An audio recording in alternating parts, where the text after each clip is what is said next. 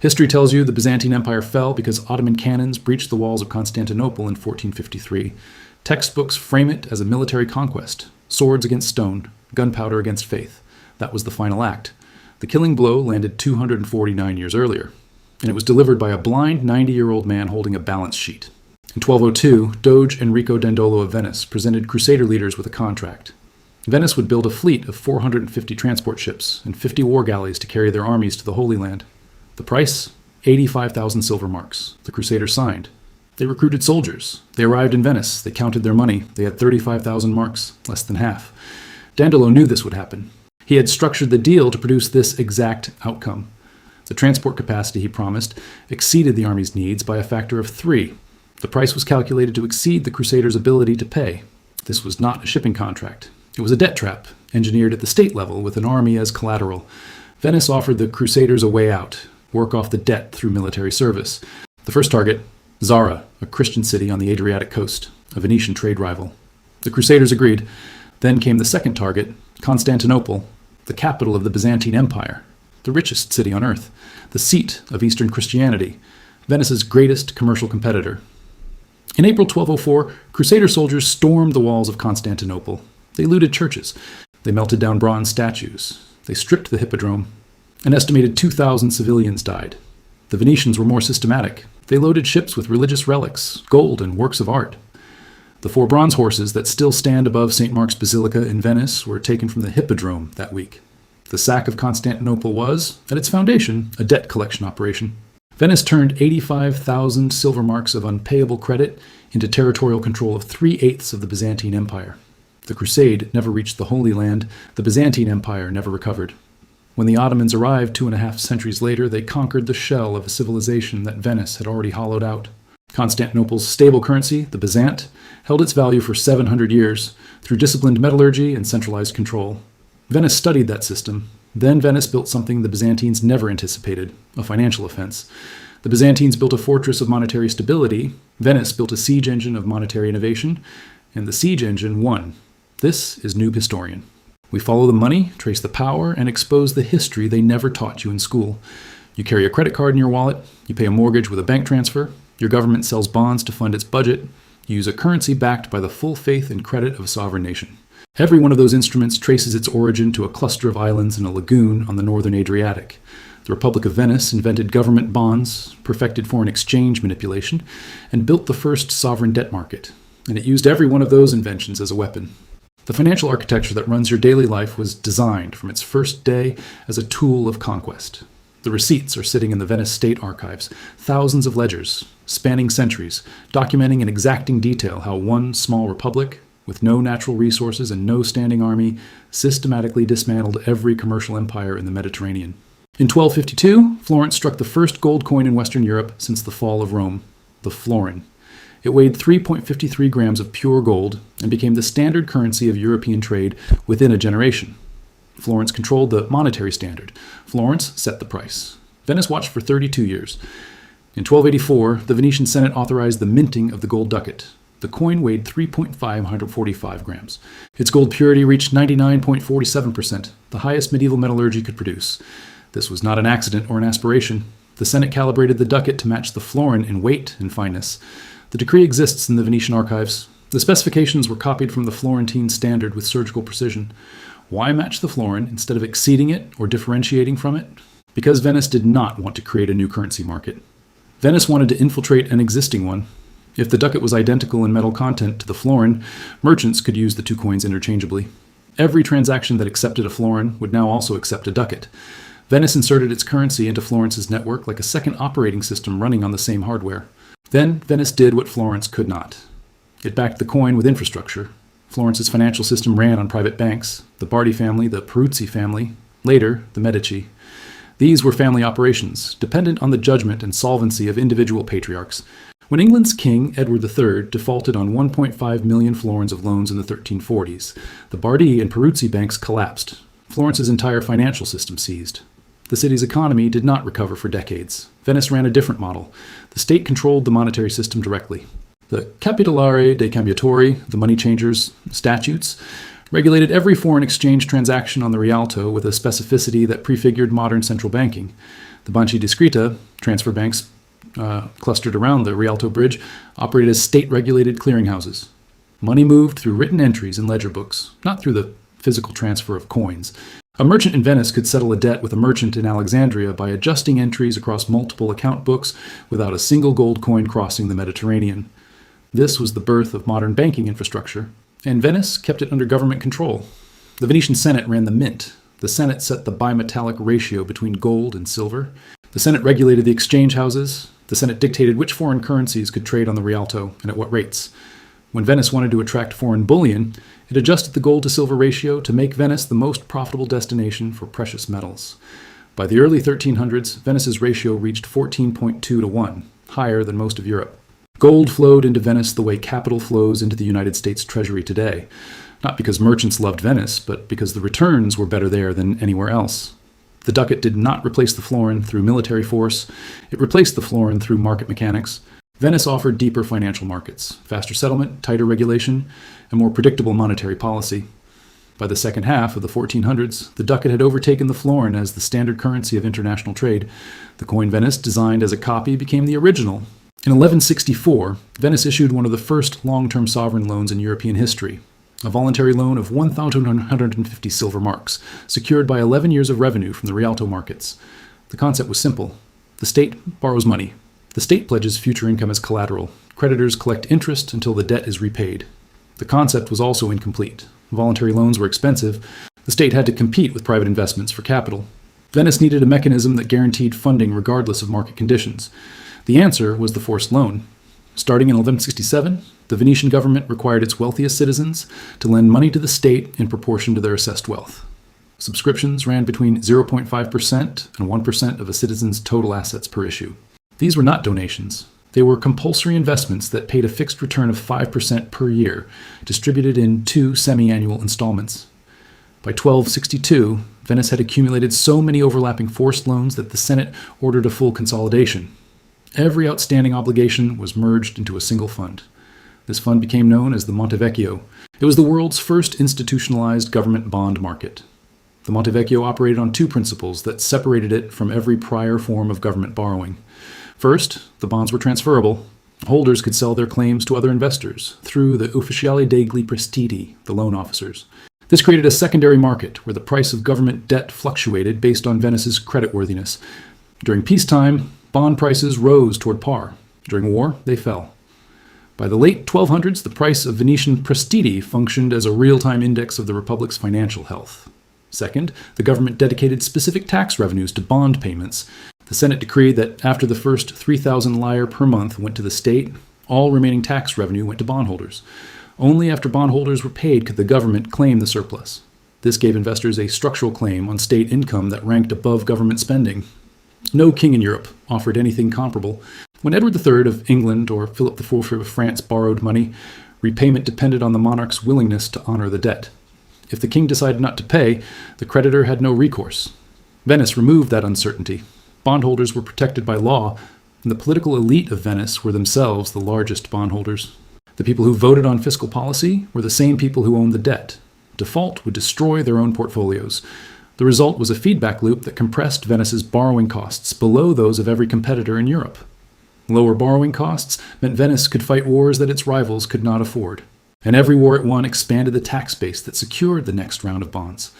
The Monte Vecchio grew from 154,000 ducats in 1262 to over 500,000 ducats after the Genoese Wars of the 1290s. By 1314, it exceeded 1 million ducats. Venice had learned to convert war into tradable securities. Debt funded conquest, conquest funded repayment, repayment funded confidence, confidence funded more debt. This system ran without interruption for over a century. Venice paid its 5% coupon semi-annually, on time, every time, from 1262 to 1378. No other government in Europe maintained that record. The prestiti became the OEA-rated sovereign debt of the medieval world. Venetian nobles used them as retirement funds. Charities held them as endowments. Families pledged them as wedding dowries. Foreign investors, who trusted Venice more than their own governments, petitioned the Council of Venice for the right to buy in.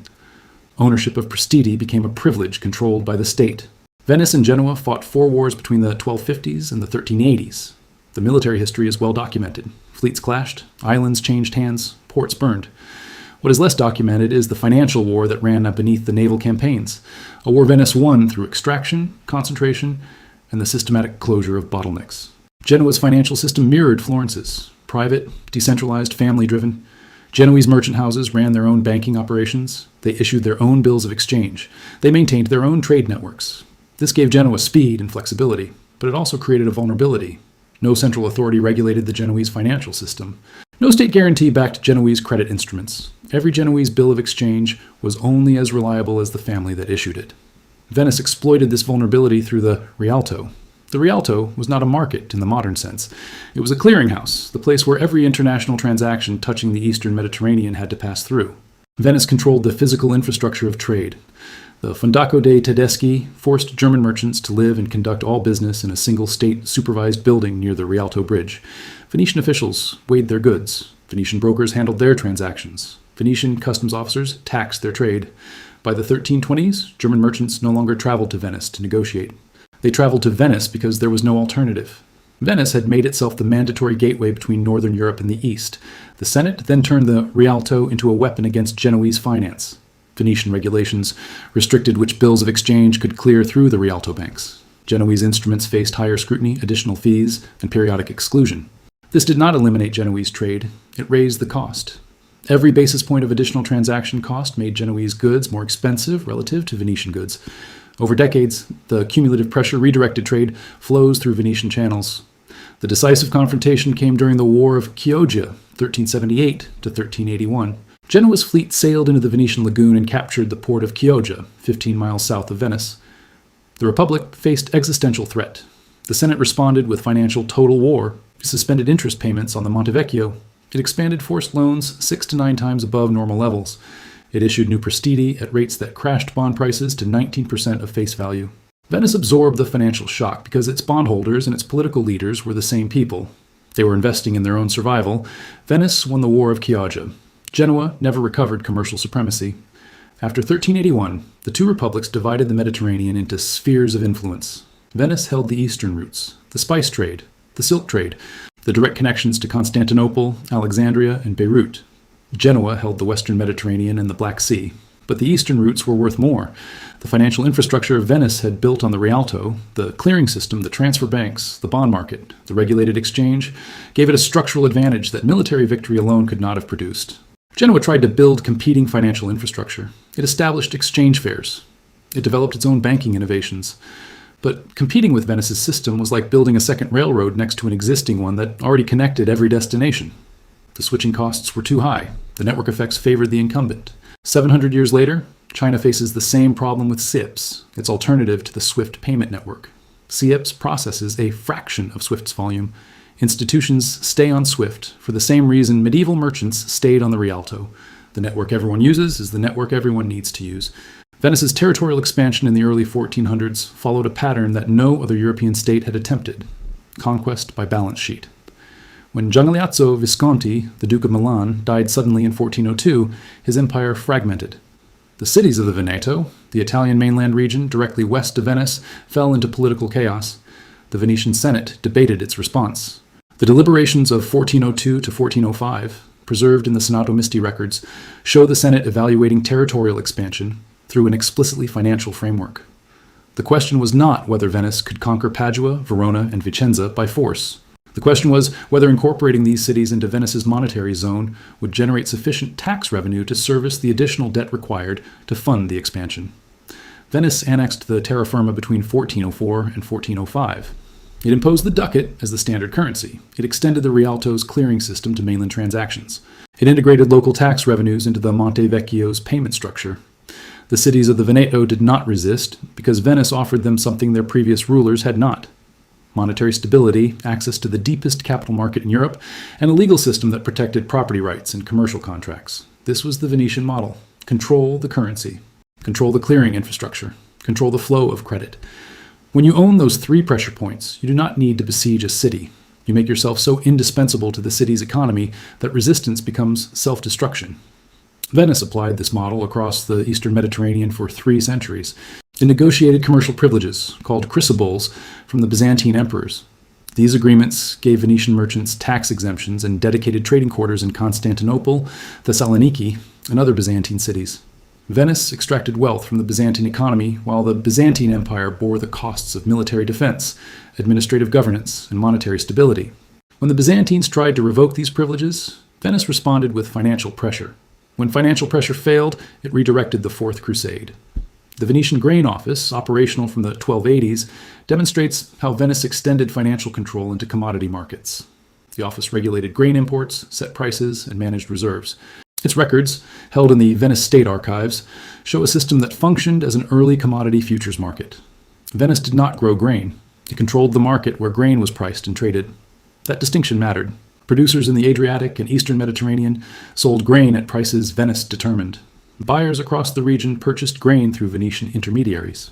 Venice sat at the center of the transaction, collecting fees, controlling supply information, and leveraging food security as a tool of diplomatic pressure.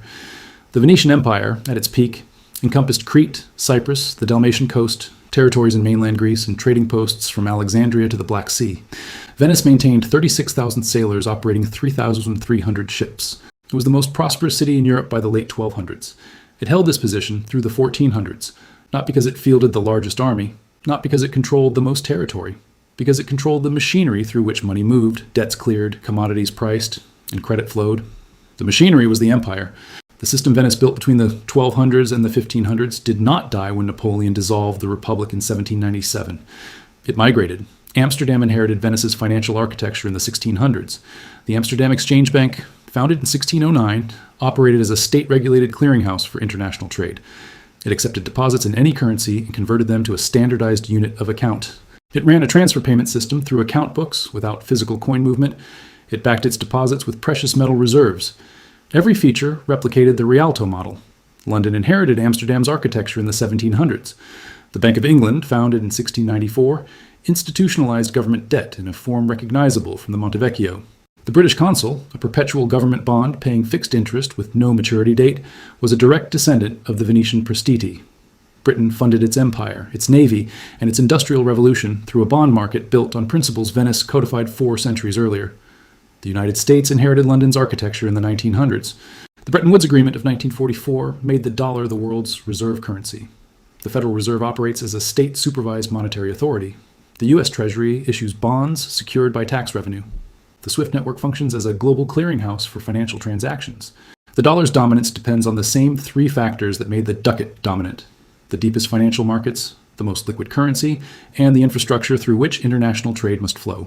When economists describe the dollar's exorbitant privilege, the ability of the United States to borrow at lower rates than any other country because the world holds dollars as reserves, they describe a phenomenon Venice engineered 700 years ago. The ducat was the first exorbitant privilege currency. It did not earn that status through military conquest. It earned it through financial infrastructure so deep and so interconnected that abandoning it was costlier than using it. And here is the pattern that your textbook will not print. Every dominant monetary power in history, Venice, Amsterdam, London, Washington, followed the same sequence. Build the deepest capital market. Issue the most trusted currency. Control the clearing infrastructure. Extract geopolitical advantage from monetary dependency. Force rivals to use your system. Punish those who try to leave it. Venice did this with the Rialto and the ducat. The United States does this with SWIFT and the dollar. The mechanism is identical. The scale is different. When the U.S. Treasury sanctions a country by cutting it off from the dollar system, it is executing a maneuver Venice perfected against Genoa in the 1300s. When China builds SIPs to route payments outside of SWIFT, it is repeating what Genoa attempted against the Rialto clearinghouse 700 years ago, with results so far that look familiar. The incumbent network wins. The challenger system grows slowly. The switching costs keep the existing order in place long after the underlying power balance has shifted. The Venetian ducat remained the world's dominant trade currency until the 1500s, when Portugal's discovery of sea routes to India and Columbus's Atlantic crossing shifted economic gravity from the Mediterranean to the Atlantic. Venice did not lose a war. Venice lost its geographic relevance. The clearing infrastructure that controlled Mediterranean trade could not control Atlantic trade. New routes required new gatekeepers. Amsterdam replaced Venice. London replaced Amsterdam. New York replaced London. The question you should ask is not whether the dollar will remain the world's reserve currency. The question is, which city, which clearinghouse, which currency will inherit the infrastructure when the current geographic advantage shifts? Because the Venetian system does not disappear. It relocates, it finds the next bottleneck. It builds the next clearinghouse, it mints the next ducat. The coins in your pocket carry different names. The system that gives them value carries the same architecture Venice built in the 1200s. The Republic drowned centuries ago. The machinery it built is still running,